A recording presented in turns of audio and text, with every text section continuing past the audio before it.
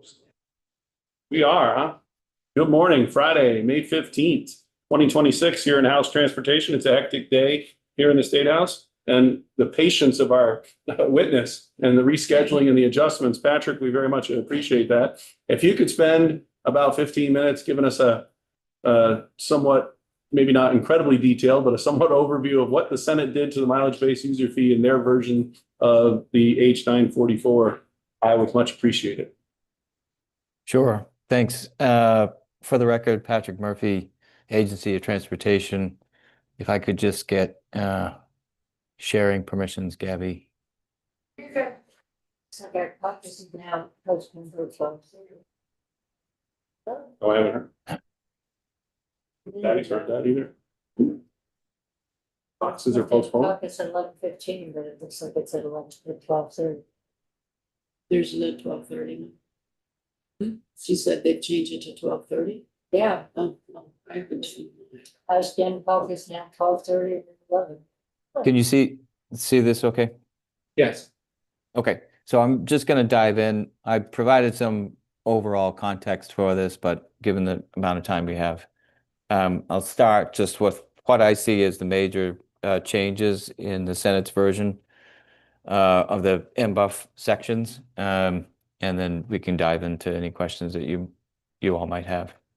So the first is around payment options. As you recall, your House Ways and Means Committee sort of changed some things around at the last minute, and which resulted in essentially extending out payment periods beyond a mileage reporting period by almost a year. So this version restores what we had originally conceived of as being able to prepay in some cases on a monthly and quarterly basis, and the potential option for a pay-as-you-go option at the start of this in January 2027.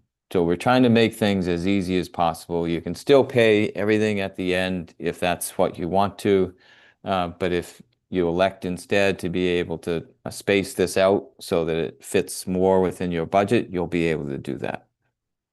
The Senate also added a mileage fee cap, a flat fee option, and then a cap to this at $178 annually. And the thinking there was that, we have these other considerations, questions that have come up about in-state versus out-of-state miles. The cap is one way to address some of those concerns, and to make it easier for people in this initial on-ramp to the program. The Senate version also does away completely with this section on interest penalties. Instead, just focusing in on the default flat fee, which they then also changed. The default flat fee is when somebody doesn't have any odometer reading data on which to base a mileage-based user fee.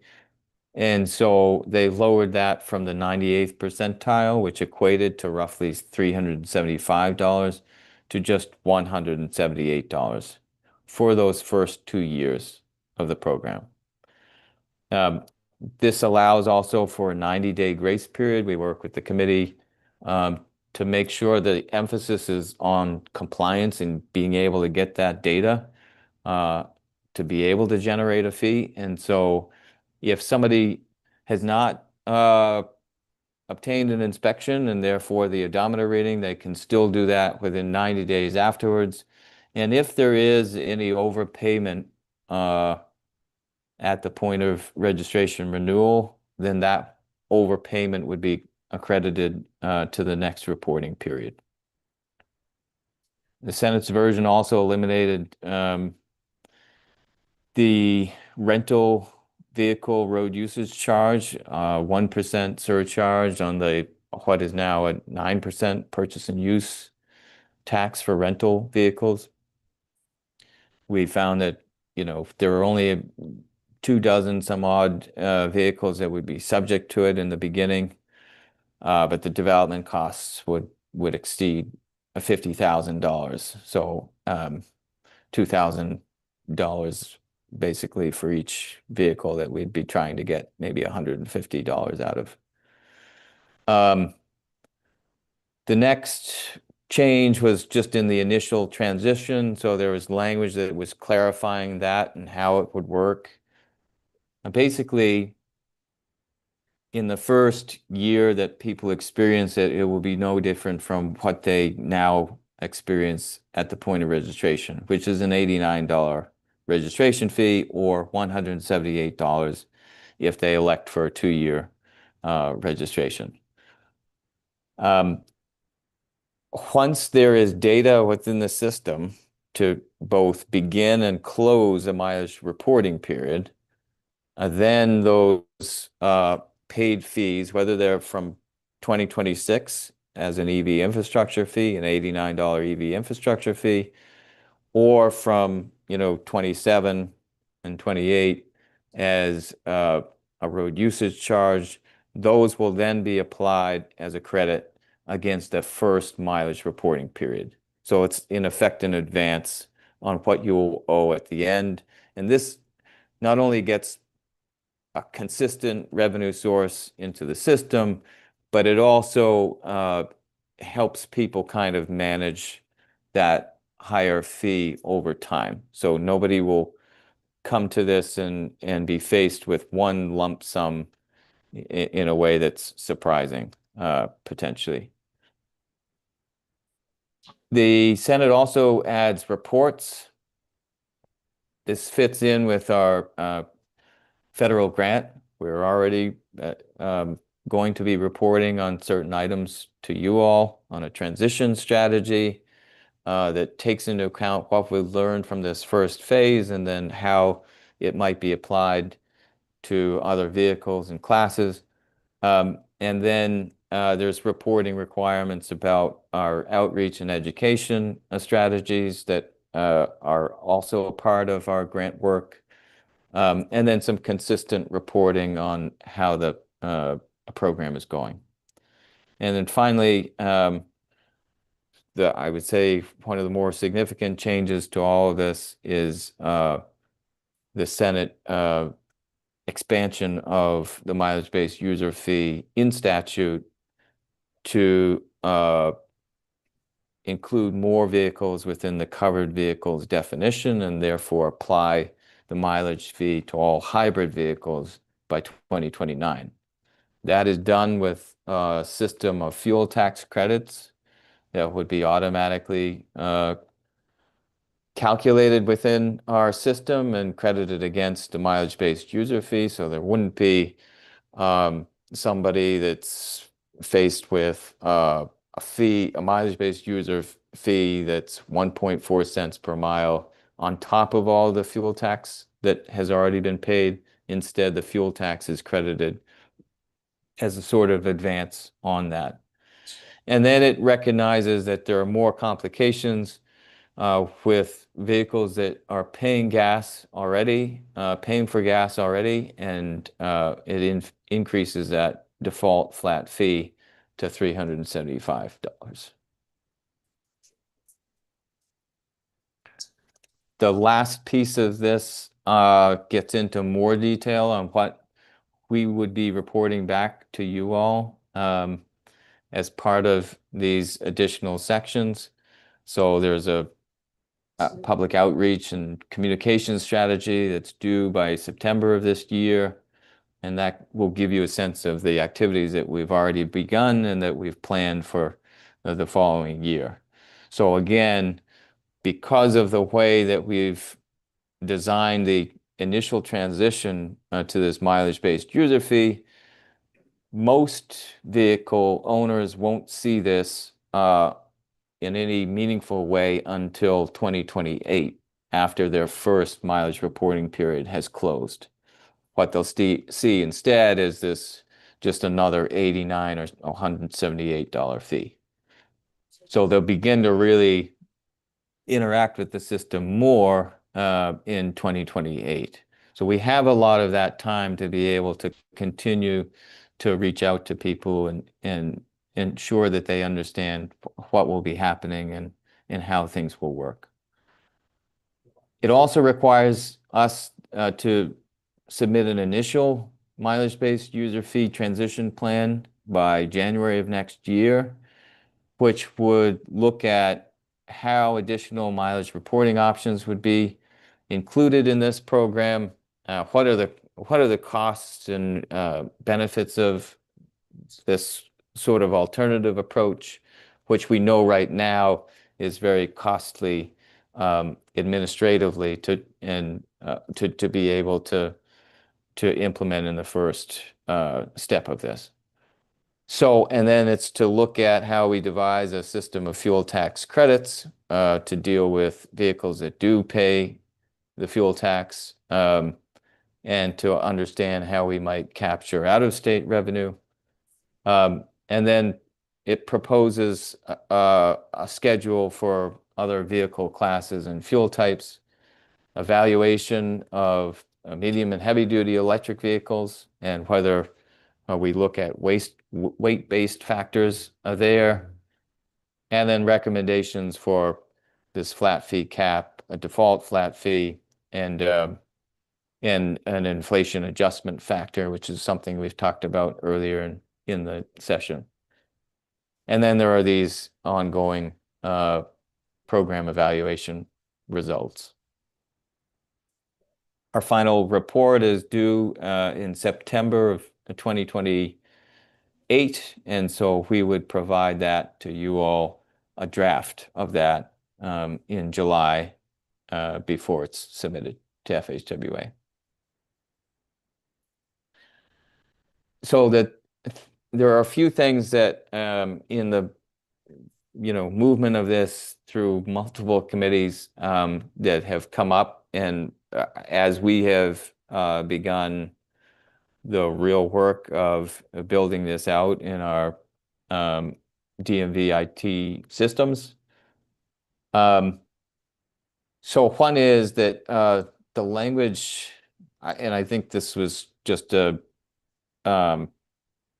unintentional omission. The language does not address a flat fee option to be repealed for 2029.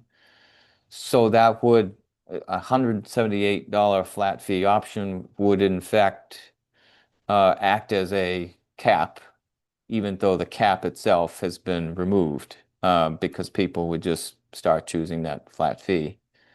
So that's something to look at.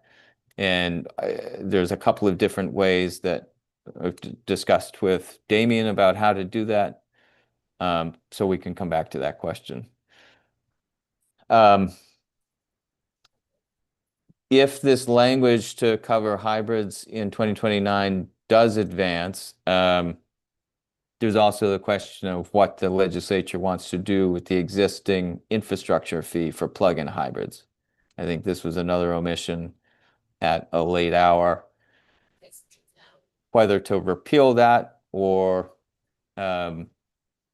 whether to wait for the reporting that we would be doing next year. It's important to recognize that this wouldn't go into effect until 2029, so there's sort of a couple of other stabs at this, but it is an outstanding issue that you might want to address. And then from more of a less a policy standpoint and more of a programmatic standpoint, I think there is just some logistics around how invoices would be generated for this fee if we're timing it with a registration renewal process. Those notices are generally sent out somewhere between 45 to 60 days before renewal. And then the legislation does currently have the ability to appeal if your odometer reading is off for some reason, or you feel that it's not accurate. You have the ability to appeal within 45 days.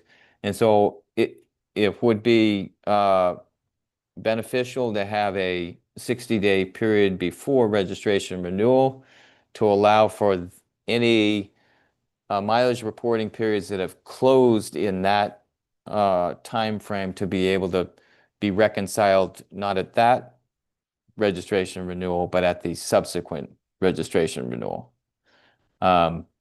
So there would just be some legislative language that we need to sort of slightly modify that within the bill. And then finally, there are some minor clarifications around how or whether vehicle owners that did not go out and get their required inspections, whether or not the agency would offer credits for those prior flat fees paid, or whether it made more sense to disallow that in order to further encourage people to get their inspections.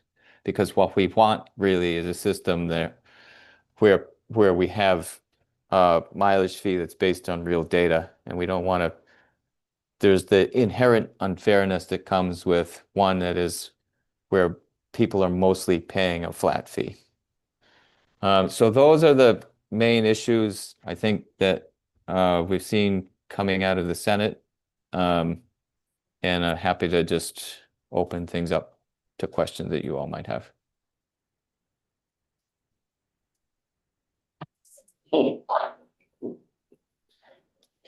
Questions, huh?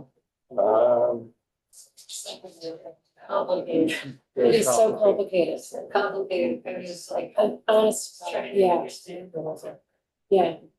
I think it's gonna be really difficult for people to understand. Yeah, kind of just do the highlighted versions of what the Senate version that came out related to mileage-based user fee. You're saying that Ways and Means wants to do it. Go back to our.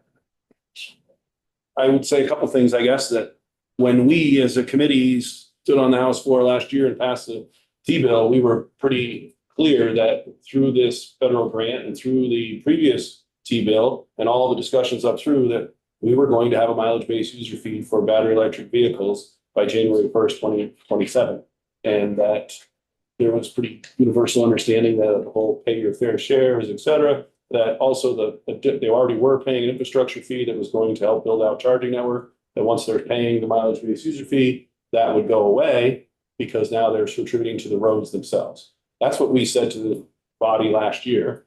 Now we're talking hybrids and internal combustion, we're talking longer term strategies, et cetera. I feel pretty strongly that we should deliver on what we said last year, which is what the House version that went over. I did meet with Ways and Means briefly earlier, and their belief is that we should roll out with mileage-based user fee for battery electric vehicles on January 1st, being that it's the first mandatory program in the country, that we also have a new IT system and you have to learn how to manage it, that we should keep it as simple as possible with the basic fee that's been established and researched and presented. And I think that's where, should we go to committee conference, that would be the direction that I would think that that's what this committee's been saying. But the Senate version is a fair amount different than what we have been promising and going in that direction. So certainly welcome to a comment on that. I agree. There was discussion of once we have a mileage-based user fee and it's working and we've, it really is working, then you might look at, should it be implemented in other places? And that might be a long-term possible outcome, but I think really it was all about getting electric vehicles just to pay their fair share. The rate that is in here that we came up with is at least fair, very fair. And I agree that all the other stuff's very confusing. It's just, it's really a lot to put on all at once. Mhm. So I just assume get a year or two under our belt, and these committees can continue to look at, is this a better way of capturing user-based fees, road user fees for other vehicles? But for now, I agree. Keep it simple. Representative Rowley and then Representative White. I'd be interested to know if there's any GFO modeling of the revenue capture that the Senate proposal might deliver versus taking a slower approach. And, we know we've got massive revenue shortfalls in the sector. So I think that would help me make a more informed decision about what we could potentially be leaving on the table, since it doesn't there's uncertainty about where we're going to get that money from other sources at this point. Yeah, so we're building, and there's a fiscal note on the Senate version as well. I'm not sure, right, there is a fiscal note on the Senate version. But I'm not saying you have to comment right now if you don't want to, or we can go to Representative White. If you do want to comment, I'd love to hear from you. So for the record, Housing Member of the Joint Fiscal Office. There's a fiscal note as it came out of Senate Appropriations. There's not one reflecting the change to the finance amendment that happened on the floor, which included going to the hybrid vehicles as well as the fuel tax credit. That being said, I do not have a current estimate of what this might generate in fiscal year 29 and beyond. I also believe it is the intent, from what I've heard from the agency, that this moving to a mileage-based user fee for sort of all vehicles is an attempt to, stabilize the decline in the gas tax revenue, but not to generate a significant amount of revenue above that. I think there will be likely some revenue generated in addition, just because some vehicles will now be paying more based on like the miles per gallon, they'll just be paying more. I don't know if that is yet. There are still a lot of unknowns with how this system would roll out. And I guess I'll leave it at that, sort of off the top of my head. With that. That's something. Yeah. 2, 3, yeah. Sorry to interrupt. It's a schedule that was put on the floor this morning. We have to adjourn for now. There's conferences at 11:15. Some have been moved to 12:30. We will pay attention to your emails and your notes and to the agenda online. This seems to be a very fluid day with the amount of postponements and changes and